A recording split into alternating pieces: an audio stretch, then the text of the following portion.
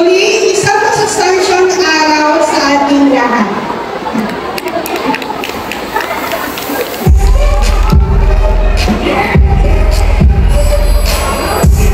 Thank you for that inspiring message, Bangdumo. As we formally start this program, let us all hear the opening remarks.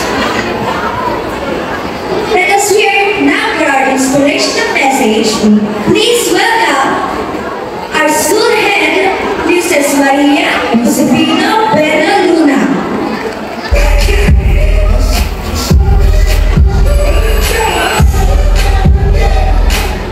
Sige, salamat ka rin ako si Ma'am Maria Josefina Bueno Luna. In behalf of Ma'am Luna, nire-represent ko lang siya, Beha. Si Ma'am Luna ay parating anak nag-prepare para sa in-action program mamaya. So, good morning, teachers from senior high and junior high. Marcosian, okay ba kayo dyan? Okay lang kayo? Kasi papadala ko yung para mag-enjoy kayo na. Okay na kayo dyan, narinig mo po? Okay naman, kasi kung hindi, ipatawin ko kayo sa gilid. So kung okay na kayo dyan, sige, stay put. Teachers, ayaw niyo po ba maupo sa upuan dito? Okay na kayo sa teacher? Sige. Kung saan kayo masaya, supportan ko kayo. So, good morning. On behalf of Ma'am Luna, I'd like to take the opportunity to congratulate the HE department for a very successful month-long celebration of Nutrition Month. Teachers and students, alam natin napakahalaga ng nutrition. It is the foundation of a stronger and healthier life. Kung walang nutrition, malamang sa mga susunod na araw, nasa ospital tayo. So napakahalaga na ang lahat ay kumakain ng tama. Sabi nga ni Ma'am Du kanina, ang pagkain ng nutrition food ang magsisilbing way para tayo ay mas magkaroon ng maunlad at produktibong pamumuhay. Kung junk food ang kinakain natin, kids, definitely alam niyo ang kaakituhan. Ang mga noodles, hindi siya applicable para sa atin na yung mga processed food hanggang maaari iwasan. Pero, alam natin, guilty tayo na dahil hindi na iwasan na lang nagmamadali. Yan ang pinakamadaling lutuin. Pag hindi na kapag-ready, processed food talaga niluto. Pero hanggang maaari, iwasan. Ang junk food, iwasan. Ang sugar, iwasan. Yung mga candies at mga matamis. Pilitin natin magkaroon ng malusog na kalusugan kasi ito yung inyong sandalan para mas umunlad pa kayo. Ang isang tao na may karamdaman ay hindi magkakaroon ng direktang maayos na pag-iisip. Yun yung simula lagi. Tanda-tanda ko, sabi ng lagi ng nanay ko, ng tatay ko, bago pumasok sa paaralan, dapat ay nag-make up, mga foundation. Bago pumasok sa paaralan, dapat nakapag-almusal. Kasi yung pinakamahalagang meal yan. Paano ka nga naman mag-aaral kung gutom ka? Kumakalang ng sikmura. Kaya dapat, Marcosian, ang unang ginagawa niyo pagkagising sa umaga, bukod sa magkape, iyakin na kayo ay makapag-almusal. Kasi mas maganda ang daloy ng araw kung busog kayo sa simula ka ng umaga. Kaya mula sa pamunaan ng Marcos High School, maraming salamat at congratulations, Ma'am Dumo, Ma'am Rosette, and HE teachers from Junior High School, and HE teachers from Senior High School. At sa lahat ng mga nanalo at nag-participate sa mga contest, good job. Palagi lang lumabang, palagi mag-participate, hindi naman natin naging goal ay manalo. Yung experience na lumaban ka at sumali sa contest, enough na yung para masabing winner ka. Dahil hindi lahat ay kaya mag-step up para lumaban. Ang kumpiyansa ay napakahirap buuin. Pero the moment na you take the responsibility to represent ang inyong section, good job for you, Marcosians. Kaya, congratulations and good morning. Thank you very much for those inspirational words, Ma'am Evangelista. Again, let us all remind all those participants and winners of each contest to please come in front and get ready for the awarding of certificates. And now let us call for our MH NHP officers for the singing of the NHP hymn.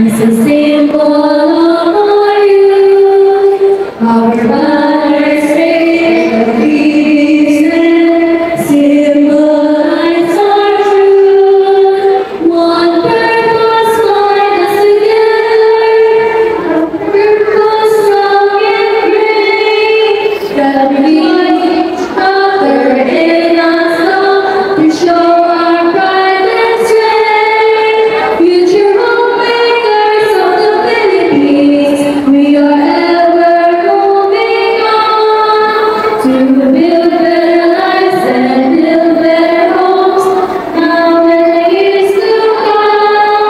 Please guard towards your ransom, always trying to reach your goals. Future homemakers of the Philippines, so true, so brave, so bold. Future homemakers of the Philippines, so true, so brave, so bold.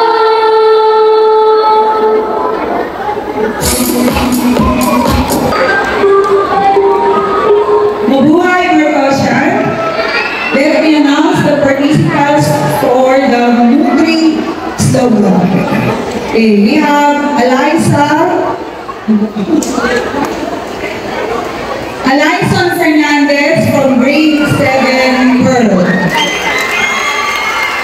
Kayo na lahat ng slogan participants para after na lang sa stage. Kayo na lahat, slogan.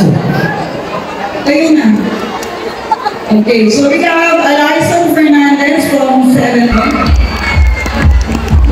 Okay, next, John Chester Studio, 7 Luzon. Next, we have Chloe Jenny Rino, 7 Iolite. Bakit mga Iolite dyan?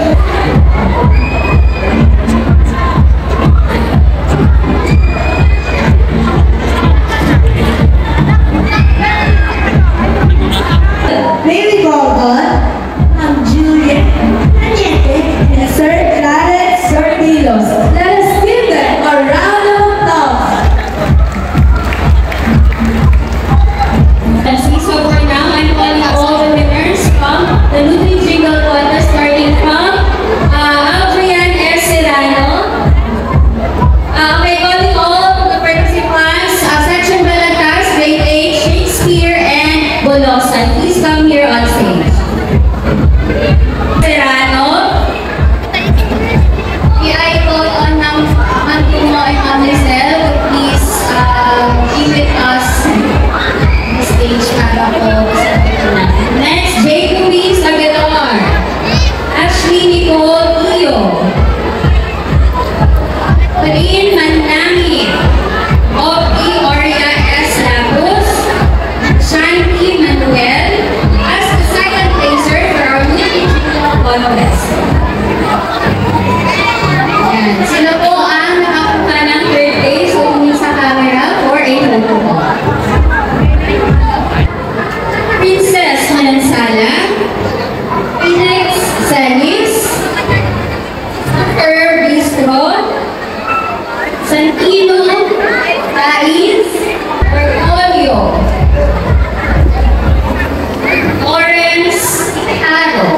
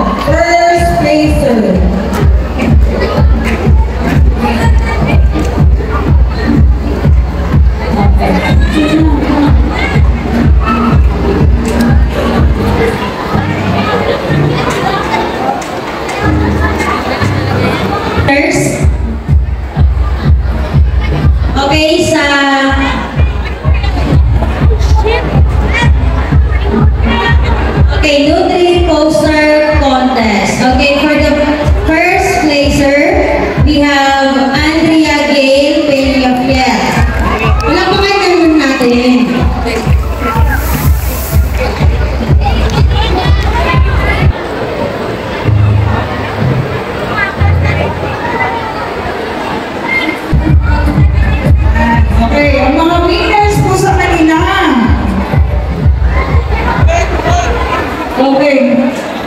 Let me call on our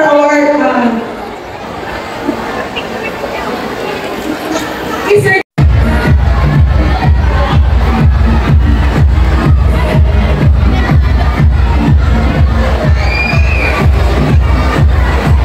Garden G, A. Cross, and we have Aubrey S. Lapus, A. Bolusan, Chelsea Ann M. Punanan, A.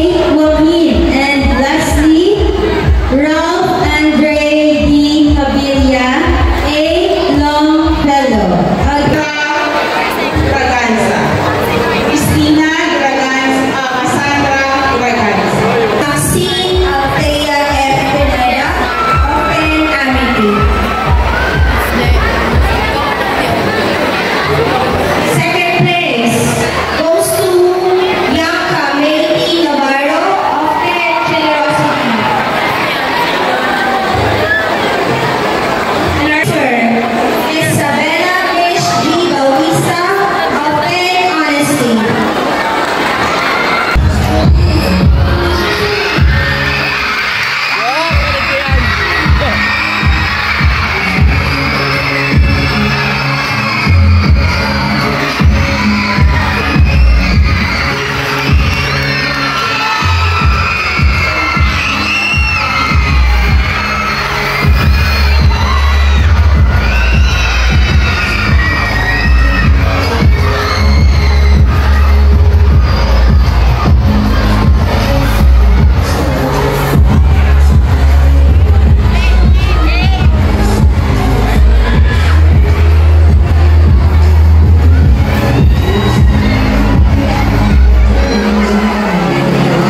Okay, let us hear the introduction of each candidate.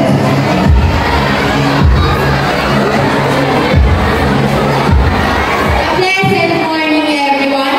My name is Colleen Colby Dutado, proudly representing SPA Grade 9 Celerio. Under the supervision of Ma'am Joanne T. Vicente, I believe that if you don't do your best,